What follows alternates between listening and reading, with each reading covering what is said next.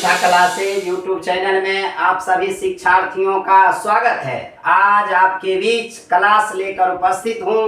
धमाल class है, मसालेदार है, झालदार है। पढ़ने के बाद मन आनंदित हो जाएगा और मन ही आनंदित नहीं, रिजल्ट बेहतर होने के बाद तब लगेगा हमने क्लास किए थे और रिजल्ट हमारा बेहतर हुआ, अंक जो है हिंदी में बेहतर प्राप्त किए।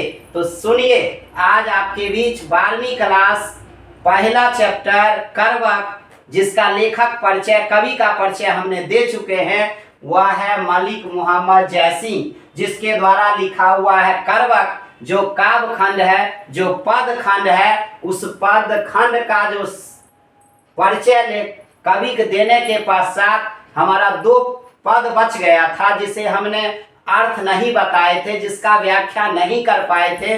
ज़्यादा टाइम का वीडियो हो जाता, जो देखने में अभिरुचि भी नहीं, तो छोटा छोटा करके एक एक पार्ट करके ही जो है आपके बीच अर्थ रखते हैं, व्याख्या करते हैं, जो समझने लायक होगा, सुनने लायक होगा, अपने जीवन में उतारने लायक है। तो आपको मालूम होगा मलिक मोहम्मद जैसी जो थे वो कुरूप थे। चेचक के कारण चेहरा देखने में बढ़िया नहीं, दाग धब्बा हो गया था और बाईं आंख और बाईं कान से भी वंचित थे। लेकिन क्या हार माने? क्या सोचे जो हम जीवन में कुछ नहीं कर पाएंगे? एक आंख भी होते हुए भी दर्पण के समान था, मिरर के समान था, आईना के समान था, जिसमें निर्मल स्वच्छ प्रतिबिंब बनता था। 2 आंख रहे या ना रहे, एक ही आंख थे, रहते हुए भी उन्होंने कभी अपने आप को कमी का एहसास नहीं किए। तो सुनिए अब इस पद का, करवक का अर्थ तो क्या है? एक नयन कवि मोहम्मद गुनी।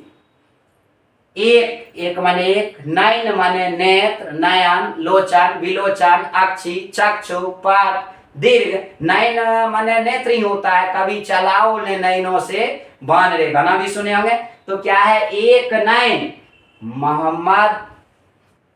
मलिक मोहम्मद जैसी के पास मात्र एक ही आंख था, तब पर भी गुणशाली थे, गुणवान थे। सोई विमोहा जेई कवि सुनी।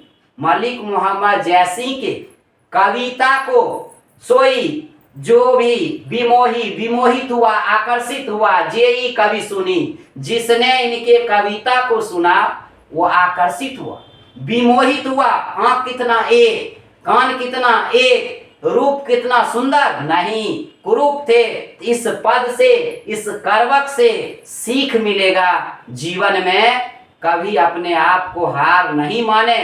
एक है तो क्या, गुण तो है, गुण से ही कुरूपता खत्म होती है, विनयशीलता से ही लोगों का कुरूपता खत्म होता है। कहता एक नयन कवि मोहम्मद गुनी, सोई विमोहा जेहि कवि सोनी। माने मलिक मोहम्मद जैसी के पास कितना? एक आंख, एक नयन, एक नेत्र, लेकिन गुणशाली थे, गुणवान थे। अब तो समाज में 2-2 आंख भी देखते होंगे, लेकिन देखने का नजरिया गलत हो तो 2 आंख रहने से ही क्या फायदा?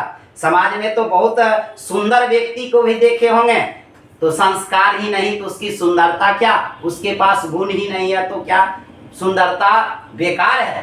तो है ना, कहने का मतलब एक नयन कवि मोहम्मद गुनी, कवि मलिक मोहम्मद जैसी के पास कितना? एक नयन, एक आंख था, एक आंख रहते हुए भी गुणी थे, गुणशाली थे, गुणवान थे, काव्य लिखने की क्षमता थी।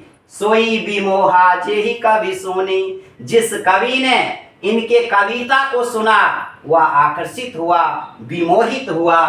चांद जैस जग विधि अवतारा। चांद, चांद कहिए, चंद्रमा कहिए, हिमांशु कहिए, राकेश कहिए, सुधांशु कहिए, शशि कहिए, मयंक कहिए, ये चंद्रमा का पर्यायवाची है। निकालने वाले तो दाग चंद्रमा में भी निकाल देते हैं। कहता चांद जैस जग, जग माने संसार, विधि माने विधाता, भगवान, सूर, देवता, अवतारा माने अवतरित किया इस संसार में। विधाता ने चंद्रमा को भी अवतरित किया। दीन कलंक किन्हीं उजियारा, माने उसमें कलंक है, जो दाग है, तब पर भी प्रकाशित करता है। लोग प्रकाश की याद करते हैं, बल्कि चंद्रमा के दाग को याद नहीं करते हैं। आपकी कुरूपता का, आपके जो है चेहरा देखकर लोग नहीं कहेंगे बहुत बड़े आदमी हैं।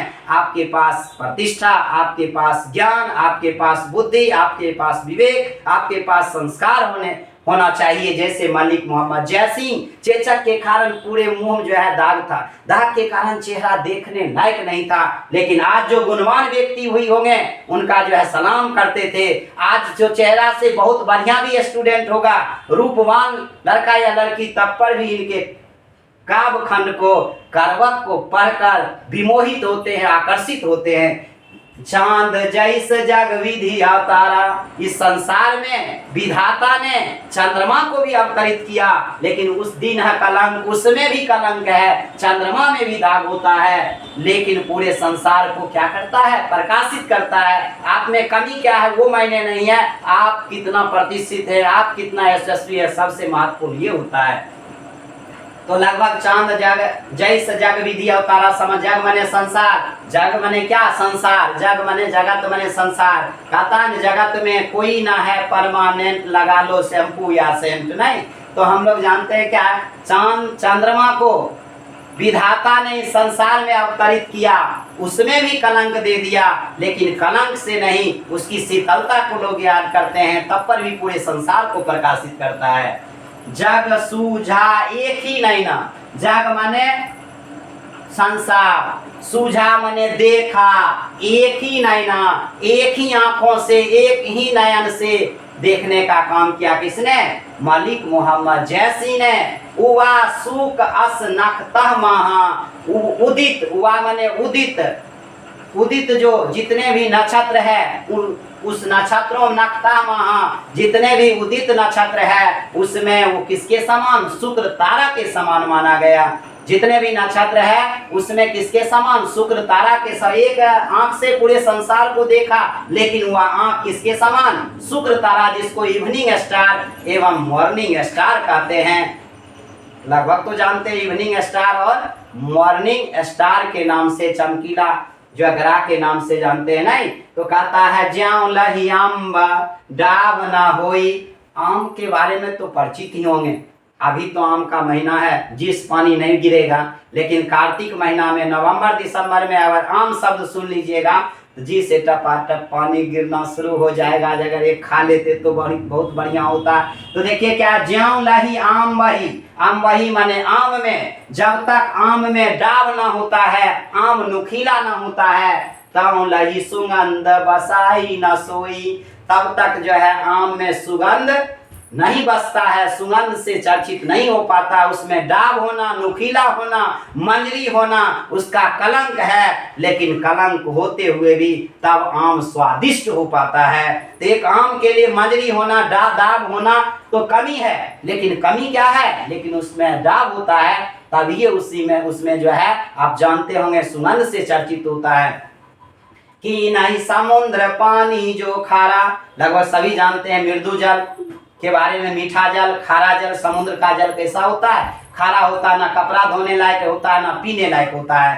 कहता कि नहीं समुद्र पानी जो खारा, समुद्र का जल खारा है। 97% जल आप जानते, ज्योग्राफी पढ़े होंगे, भूगोल पढ़े होंगे, तो समुद्रों में जल है जो पीने योग्य नहीं है, लेकिन समुद्र अथाह होता है जो कभी सूखता नहीं है। और जो मृदु जल चापाकल में अभी लटकिएगा तो लटक ले रह जाइएगा। ट्रैक्टर में सुने होंगे लटक लिया बेटा तो गया बेटा, लेकिन गर्मी के टाइम में आप चापाकल का भी स्थिति यही देखिएगा। जब पानी सूखने के बाद तब क्या होता, नदी नाला में पानी सूखने के बाद क्या होता, मृदु जल आते हुए भी, लेकिन समुद्र का जल कैसा, खारा है, उपयोगी हम लोग के लिए नहीं है, नमकीन है, लेकिन क्या है, त्यों अति भयो असूज अपारा, असूज है, अपार है, उसमें कमी है जो खारा जल है, अवगुण माना जाए, लेकिन तब पर भी अपार है, खत्म होने लायक नहीं है, अक्षय है। कहता है ज्यों सुमेरु त्रिशूल विनाशा, त्रिशूल किस भगवान के हाथ में, भगवान शिव के हाथ में। भगवान शिव ने सुमेरु पर्वत को त्रिशूल से विनाश किए, नष्ट किए, लेकिन भा कंचन गिरिलाग आकाशा, वह तब पर भी नष्ट कर दिए, तब पर भी वो आज कंचन का अर्थात सोना का, सुवर्ण का, गोल्ड का बन गया। आज जो है आकाश को छू रहा है। कहता है ज्यों लही घड़ी कलंक न पारा। अब देखिए घड़िया का नाम सुने होंगे।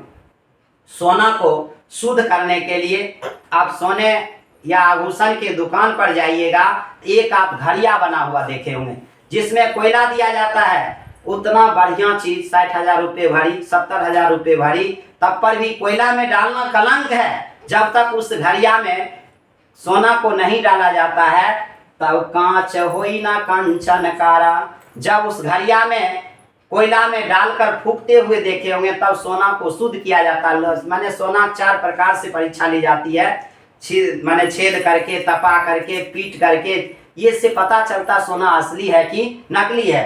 तो ज्यों लही घड़ी कलंक ना पारा, जब तक जो है घड़िया में डालकर उस कोयला का आग में डालकर सोना को नहीं डाला जाता है तब तक वह कांच रहता है, कच्चा रहता है, उसकी शुद्धता नहीं पता चल पाती है। तो बताइए, एक तो कलंक है, सोना को भी कोयला में डालना होता है। एक नयन जस दर्पण, एक ही आंख था मलिक मोहम्मद जयसिंह का, लेकिन किसके समान? दर्पण के समान। याद रखिएगा मलिक मोहम्मद जयसिंह कितना आंख? एक आंख, दर्पण के समान, मिरर के समान, आईना के समान। जिसमें आप चेहरा देखते हैं उसको आईना तो कहते हैं, दर्पण तो कहते हैं नहीं। एक आंख होते हुए भी किसके समान आंख था? दर्पण के समान। किसका? निर्मल भाव, स्वच्छ प्रतिबिंब, पवित्र प्रतिबिंब बनता था। भेद विभेद नहीं था, हिंदू मुस्लिम नहीं था, धर्म भेद नहीं था। मलिक मोहम्मद जयसिंह एक आंख होते हुए, बताइए उनका आंख की तुलना कौन चीज से किया गया?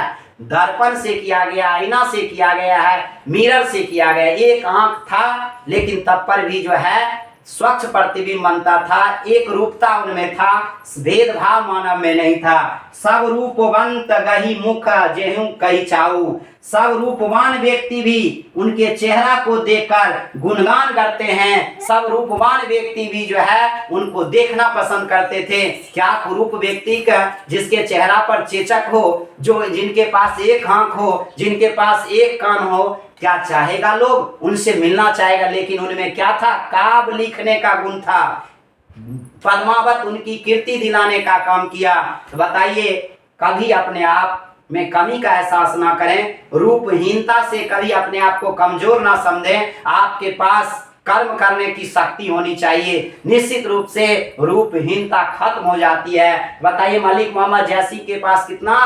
एक आंख था, एक नयन था, एक नेत्र था, एक चक्षु था, एक दीर्घ था, लेकिन उसमें भी निर्मल स्वच्छ प्रतिबिंब बनता था। जितने भी रूपवान व्यक्ति थे वो सब व्यक्ति उनको देखना चाहते थे, उनके चेहरा को देखना तब पर भी चाहते थे, उनका जो है सम्मान करते थे। एक बार फिर पूरे का आपका करवक का अर्थ समझा देते हैं, जो पहला करवक है सुनिए। एक नयन कवि मोहम्मद गुनी, सोही विमोहा जेहि कवि सोनी, चांद जैस जग विधि अवतारा, की दीन कलंक की नहीं उजियारा। एक नयन माने मलिक मोहम्मद जयसिंह के पास मात्र एक कवि, मलिक मोहम्मद जयसिंह के पास मात्र एक आंख, तब पर भी वो गुणशाली थे, गुणवान थे, कीर्तिवान थे, यशस्वी थे।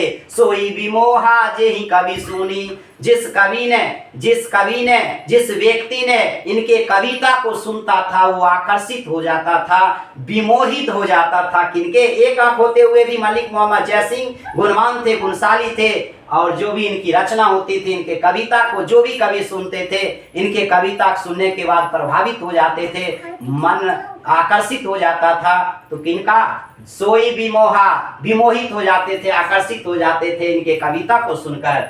चांद जैस जग विधि अवतारा, चांद को हम बहुत बढ़िया कहते हैं, लेकिन इस संसार में विधाता ने चंद्रमा को भी चांद जैस, चंद्रमा जैसे को भी अवतरित किया, अवतरित किया। तब पर भी उसमें कलंक है, जो दाग है, तब पर भी पूरे संसार को प्रकाशित। चंद्रमा में कलंक होना कोई बड़ा चीज नहीं है, लेकिन लोग प्रकाश की याद करते हैं, लोग गुण की याद करते हैं, कुरूपता की नहीं, अवगुण की नहीं। कहता जग सूझा एक ही नैना, एक ही आंखों से पूरे संसार को देखा। जग सूझा एक ही नैना, एक ही आंख से पूरे संसार को देखा। अब बताइए, तारा, नक्षत्र, ग्रह आप तो बहुत देखे होंगे, देखे हैं, किताब में पढ़े भी हैं, लेकिन उस नक्षत्रों में इनका आंख को जो है शुक्र तारा से तुलना की गई है, जो सुबह का और शाम का जो चमकीला तारा के नाम से। ज्यों लही अम्ब न डाब न होई, जब तक आम में डाब होना, मंजरी होना कलंक माना जाता है। आम जो लही अम्ब माने आम में डाब ना होता है तब तक वह सुगंध से चर्चित नहीं होता है। आम में डाब होना जो है कलंक है, लेकिन डाब होने के बाद सुगंध उसमें बसता है तो वह उसका बड़ाई है, उसका गुण है। डाब होने से कलंक हुआ, कलंक हो गया, मंजरी हो गया, लेकिन कालापन देखते होंगे, डब्बापन देखते होंगे, लेकिन तभी उसमें सुगंध आ पाता है। कि नहीं समुद्र पानी जो खारा, समुद्र का जल खारा है, लवणीय है, नमकीन है, जो कपड़ा धोने और पीने लायक नहीं है, तब पर भी अति भाई असूज अपारा, तब पर भी अपार है, कभी सूखने लायक नहीं है।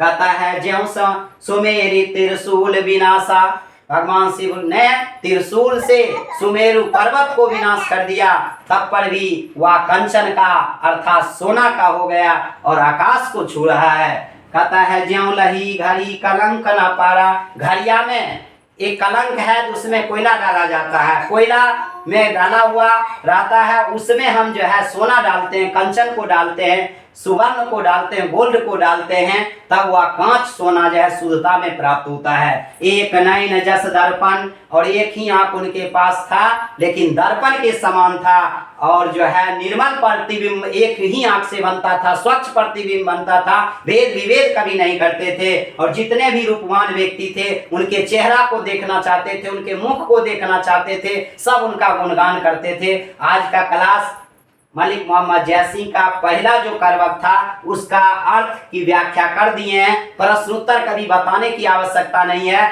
जब ये पूरे एक करवक और बचा हुआ है जिसमें मनुष्य की यश और कीर्ति के बारे में बचा हुआ है, जिसमें इस संसार में कुछ नहीं रह जाता है, धन दौलत यहाँ ही रह जाता है, क्योंकि मरने के बाद निधन लिखाता है, निधन बिना धन के लोगों की मृत्यु होती है। इस पर आदित ना यश को खरीद सकते ना बेच सकते हैं। दूसरे करवक को दूसरे क्लास में आपके बीच उपस्थित करवाएंगे। आज का क्लास यहीं पर खत्म करते हैं, पुनः मिलते हैं अगले क्लास में।